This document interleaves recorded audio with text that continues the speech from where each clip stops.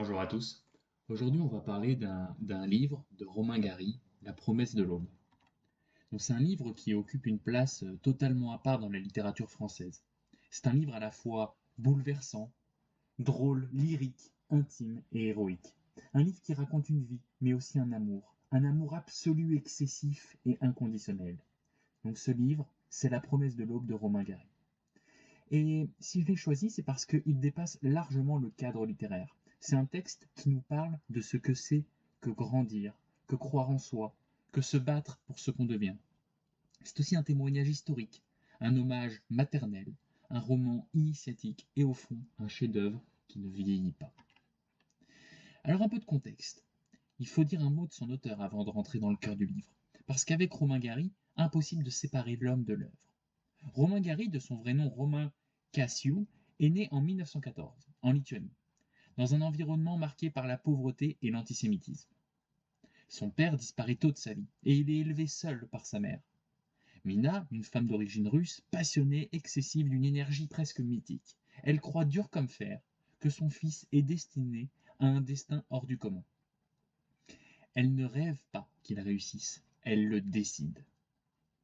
Gary est un personnage à lui seul, résistant durant la Seconde Guerre mondiale, pilote dans les forces aériennes françaises libres, diplomate, écrivain 2 fois lauréat du prix Goncourt, un exploit unique obtenu grâce à un pseudonyme secret, Émile Ajar, qu'il a gardé jusqu'à sa mort. C'est quelqu'un qui a vécu plusieurs vies, qui s'est réinventé sans cesse et qui a cherché toute sa vie un sens à son existence, comme si les attentes de sa mère l'avaient doté d'une mission dont il ne pouvait jamais s'affranchir. La promesse de l'aube, publiée en 1960, est son œuvre la plus personnelle. C'est une autobiographie romancée où Gary raconte son enfance, son adolescence, puis son engagement dans la guerre. Et surtout, il raconte cette relation incroyable avec sa mère, une relation qui est le moteur de tout destin. Donc le livre s'ouvre sur une phrase qui donne immédiatement le ton. Avec l'amour maternel, la vie vous fait à l'aube une promesse qu'elle ne tient jamais. Tout est là, une promesse, une illusion peut-être, mais aussi une force extraordinaire qui pousse l'enfant Gary vers un idéal. Donc Gary, il raconte son enfance à Wilno, une ville pauvre, grise, battue par les vents. Lui et sa mère vivent dans la précarité, mais elle n'a qu'une obsession. Son fils sera un génie, un héros, un diplomate, un grand artiste, un chevalier moderne. Elle projette sur lui toutes ses ambitions, ses rêves impossibles, tout ce qu'elle n'a pas pu accomplir. Elle va tellement loin, que c'en devient parfois comique. Par exemple, elle oblige le jeune Gary à apprendre la politesse française pour se comporter comme un futur ambassadeur. Elle écrit à des personnalités en prétendant que son fils est un prodige. Elle l'habille comme un jeune prince alors qu'ils n'ont presque rien à manger. Mais derrière cette démesure, il y a une réalité. Cette mère lui transmet une énergie vitale gigantesque, une certitude que rien ne lui est impossible, une confiance en lui presque surnaturelle. Gary dira plus tard, ma mère faisait de moi un roi avant même que j'aie un royaume. La mère et le fils vont quitter la Pologne pour Nice, persuadés que la France ouvrira toutes les portes. La réalité est brutale. Pauvreté, humiliation, difficultés scolaires et professionnelles. Mais la mère continue de pousser Gary, de l'encourager, de le propulser vers ce qu'elle considère être son destin. C'est à cette période qu'il découvre la littérature, l'écriture, la solitude, et aussi le sentiment d'être investi d'une mission. Ce n'est plus seulement l'ambition d'une mère, c'est devenu un moteur intérieur. La correspondance se poursuit même quand Gary s'engage dans les forces aériennes libres. Sa mère garde la certitude que son fils deviendra quelqu'un de grand et elle veut qu'il se comporte déjà comme tel. Elle le façonne même à distance. Et puis arrive un moment bouleversant. Gary apprend que sa mère est morte depuis des années.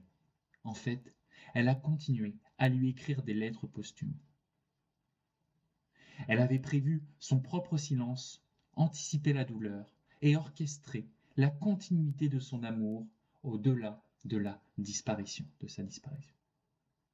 Gary réalise tout ce qu'il a accompli. Ses exploits militaires, ses décorations, son engagement, en fait, il les a fait pour elle, pour honorer cette promesse de l'aube. Alors pourquoi la promesse de l'aube est un chef-d'œuvre? Eh bien pour plusieurs raisons. Tout d'abord parce qu'il est écrit avec une beauté rare. Il est écrit avec une élégance, un humour et une force émotionnelle impressionnante. Il sait passer du tragique au comique en quelques lignes. L'émotion ne tombe jamais dans le pathos parce qu'elle est toujours équilibrée par une autodérision lumineuse. C'est un livre où l'on peut rire à une page et être profond ému à la suivante. Ensuite, c'est une histoire vraie mais racontée comme un roman. La frontière entre autobiographie et fiction est volontairement floue. Gary dramatise, exagère parfois, magnifie certains événements, mais il le fait avec une honnêteté littéraire qui touche profondément. Il raconte la vérité émotionnelle, pas forcément la vérité factuelle. Cela donne un livre rythmé, vivant, presque cinématographique. Ensuite, c'est un portrait de mère absolument unique dans la littérature, puisque cette mère de Gary est un personnage inoubliable. On ne l'oublie jamais après avoir lu le livre. Elle est à la fois héroïque, excessive, ridicule et sublime. Elle est prête à tous les sacrifices, prête à toutes les illusions pour donner à son fils une vie à la hauteur de ses rêves. Et ce portrait, loin d'être mièvre, est raconté avec humour, tendresse et d'une lucidité incroyable. C'est donc un roman sur l'identité, sur le destin et la construction de soi, puisque le livre pose une question simple. Qu'est-ce qui nous construit vraiment ? Pour Gary, c'est la projection maternelle. Ce sont les attentes de sa mère qui le forcent à devenir quelqu'un. Il n'a pas choisi ce destin, mais il l'a embrassé. Et il montre que croire en quelqu'un vraiment peut transformer une existence. Le livre montre aussi la difficulté de se libérer d'un amour trop grand, trop lourd. Gary passe sa vie à essayer d'être à la hauteur d'une mère déjà disparue. Et enfin, La promesse de l'aube traverse 3 univers. La Pologne pauvre et antisémite d'avant-guerre, la France de l'entre-deux-guerres et la guerre avec les forces aériennes libres et la résistance. C'est donc aussi un témoignage historique, mais vu au travers le regard d'un homme qui vit tout avec intensité, humour et panache. Alors, qu'est-ce que ce livre explique et révèle ? Tout d'abord, la puissance et le danger de l'amour maternel. Gary montre que l'amour maternel peut être une force de propulsion incroyable.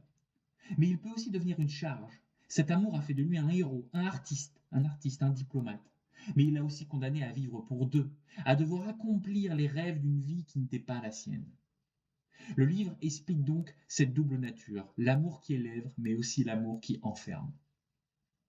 Ensuite, cela montre comment un être humain peut se construire à travers un récit, puisqu'il nous montre que nous nous construisons à travers les histoires qu'on nous raconte sur nous-mêmes. Sa mère lui a raconté très tôt qu'il était un héros, un élu, un futur grand homme, et il a fini par devenir ce personnage. Le livre explique que nous sommes façonnés par les récits que l'on accepte de croire. Ensuite, c'est une vision héroïque et poétique de la vie. La promesse de l'aube montre que la grandeur n'est pas dans les circonstances, mais dans l'attitude. Gary voit la vie comme une aventure, même dans la pauvreté ou la souffrance. Il écrit la guerre comme un espace de bravoure, mais aussi de camaraderie, d'humour et d'humanité. C'est une façon de regarder le monde qui manque parfois aujourd'hui. Alors, quels sont ses impacts ? Eh bien, tout d'abord, c'est un classique qui est lu dans le monde entier. Depuis sa publication en 1960, La promesse de l'aube est devenue un pilier de la littérature française. Il est étudié dans les lycées, adapté au cinéma, commenté, transmis. Le livre n'a jamais cessé d'émouvoir les lecteurs. C'est également un témoignage essentiel sur la résistance, puisqu'il nous offre une vision unique de l'engagement dans les forces aériennes libres. C'est un document précieux sur la guerre, mais raconté du point de vue d'un jeune homme qui n'avait peur de rien, sauf de décevoir sa mère. Ensuite, l'influence est majeure sur la manière dont on pense l'éducation, puisque de nombreux lecteurs et spécialistes citent La promesse de l'aube comme l'un des plus beaux textes jamais écrits sur la relation mère-fils. Ce livre a profondément marqué la perception de l'amour maternel dans la culture française. Et enfin, c'est un livre qui inspire profondément, puisque ce qui fait l'impact, c'est la force du message. On peut partir de rien et accomplir des choses extraordinaires si quelqu'un croit suffisamment en nous. Gary est la preuve vivante qu'un enfant pauvre de Wilno peut devenir l'un des plus grands écrivains français, un héros de guerre, un diplomate respecté. C'est donc une histoire personnelle, mais c'est aussi une promesse universelle. Donc, La promesse de l'aube est bien plus qu'un récit autobiographique. C'est un roman sur l'espoir, sur la force des rêves, sur la puissance transformatrice de l'amour, même quand cet amour est excessif, maladroit, parfois tyrannique. C'est un livre qui montre que le destin n'est jamais un simple hasard. Il est le résultat d'un élan, d'une foi et d'une promesse. Une promesse faite à l'aube, et la tenue, tant bien que mal, toute une vie. Et donc si vous ne l'avez pas lu, je vous le recommande. vous ne sortirez pas de ces pages indifférent.